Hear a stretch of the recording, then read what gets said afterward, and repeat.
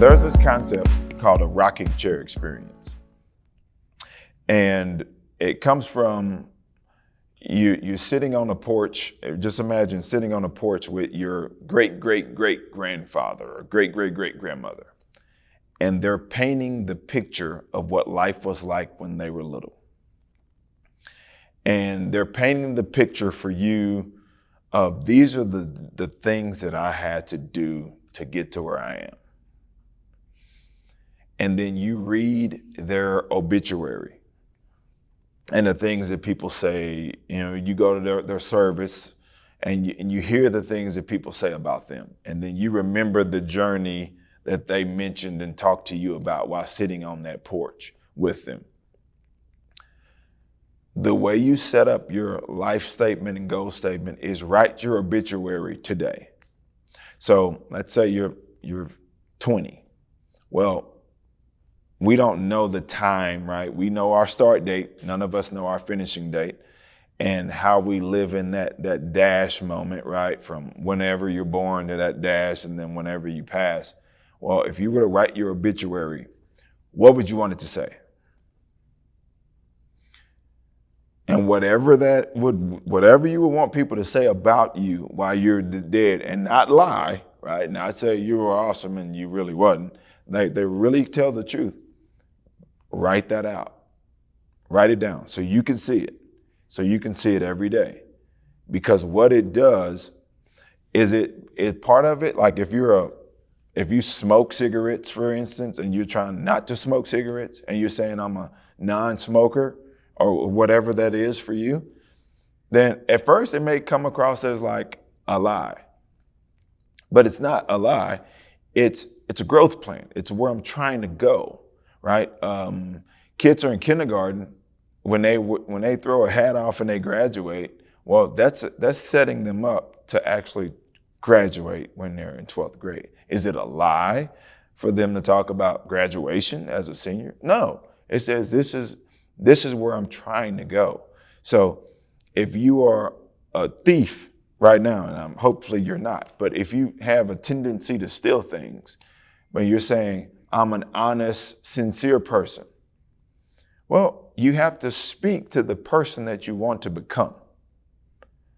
Because no one when you're born, there's nothing that dictates what you're going to do, who you're going to become, where you're going to go. Nothing dictates that except the people that care for you.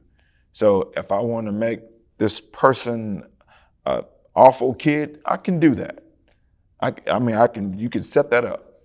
But you as an adult now, if you want to pivot that around and you want to become this person or affirm the person that you are, then you write it down and you become deliberate. And here's one of the practices that I've used, and I've watched an older gentleman use it as well, is I wrote it down on my mirror with a dry erase marker, and then I'd read it, and I'm reading it to myself.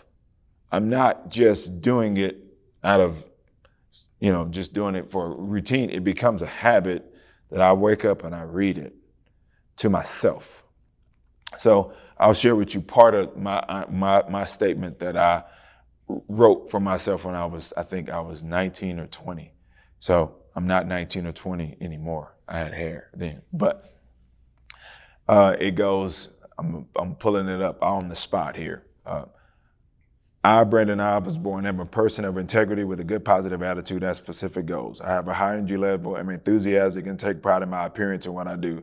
I'm health conscious, balanced, and sober. I have a healthy mindset for failure, and that part kind of went away from me. But I put, today is going to be an absolutely magnificent day, and the future is incredibly bright. I would say that every day to myself, over and over again, till it became a part of me. That's the person that I wanted to become, and that's what I said to myself over and over again. And then I tweak it. When I wanted to become a business leader, I wrote the kind of business leader I wanted to be.